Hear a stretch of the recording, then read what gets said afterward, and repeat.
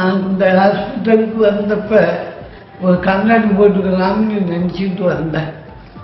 ஆனால் டாக்டரை பார்த்த உடனே சொல்லிட்டாங்க, இல்லை ரொம்ப மோசமாக இருக்குது, நீங்கள் இப்படியே இருந்தீங்கன்னா சரியாக வராது, நீங்கள் கம்ப்ளீட்டாக வந்து செக்கப் பண்ணிக்கிட்டு நீங்கள் வந்து ஆப்ரேஷன் பண்ணிக்கிறது தான் நல்லதுன்னு சொன்னாங்க.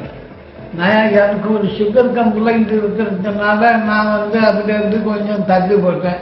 ஆனால் போய் பார்த்தப்ப வந்து சுகர் குறைஞ்சிருந்தது. உடனே டாக்டர்கிட்ட சொன்ன உடனே அவங்க ஆப்ரேஷன் பண்ணிடலாம்னு சொல்லிட்டாங்க. முக்கியமாக சொல்லும் பொழுது இந்த ஹாஸ்பிட்டலில் ரொம்பவும் பிடிச்ச விஷயம் ஸ்டாஃப் எல்லாம் ஒரு பெரிய கிஃப்ட்டு. டாப் டு பாட்டம் எல்லாருமே ஏதோ குடும்பத்தில் இருக்கிறது மாதிரிக்கு வந்து செஞ்சாங்க. இன்னொன்று என்னன்னா, ஒவ்வொரு சின்ன விஷயத்தையும் கூர்ந்து கவனித்து கேட்டு நல்லா செஞ்சாங்க. அதில் வந்து ஒரு மனசுக்கு ரொம்ப திருப்தியாக இருந்தது. சார் ஆப்ரேஷன் பண்ணதுக்கு அப்புறம் 2 கண்ணுமே ரொம்ப நல்லா கிளியராக தெரியுது. இங்கெல்லாம் ஒரு படத்தை பார்த்தோம்னா அந்த படம் என்ன கலராக இருக்குது, அந்த படம் பால்டர் அம்பாடு சாமி இதெல்லாம் பார்க்கும்போது என்ன கரை இதெல்லாம் தெரியாது.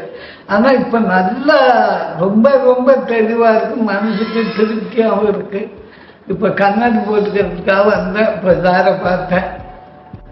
இந்த ஹாஸ்பிட்டலில் அப் டு டேட் எக்யூப்மெண்ட்ஸ் எல்லாமே நிறையா இருக்குது.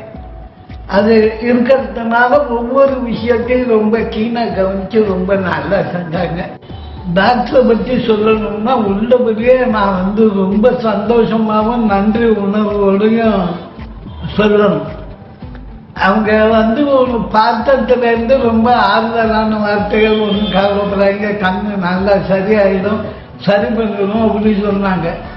ஆப்ரேஷன் போது கூட நான் ரொம்ப வந்து சரியாக ஒத்துழைக்கல, கண்ணெல்லாம் வசுக்கப்பாரு அப்படி இப்படியெல்லாம் சொல்லும்போது சரியாக செய்யலை. ஆனால் அவங்க வந்து ரொம்ப அன்பாக பேசி அதெல்லாம் என்ன சொல்கிறேன், ஒன்றும் பயப்படாதீங்க, நல்லா ஃப்ரீயாக இருங்க, அதெல்லாம் என்ன கொஞ்சம் தான், வேறு ஒன்றும் கவலை இல்லை அப்படிங்கிற மாதிரி சொல்லி ஆப்ரேட் பண்ணி இதை முடிஞ்சிட்டு இன்னும் 2 நிமிஷம் தான் அப்படி சொல்லி செஞ்சாங்க.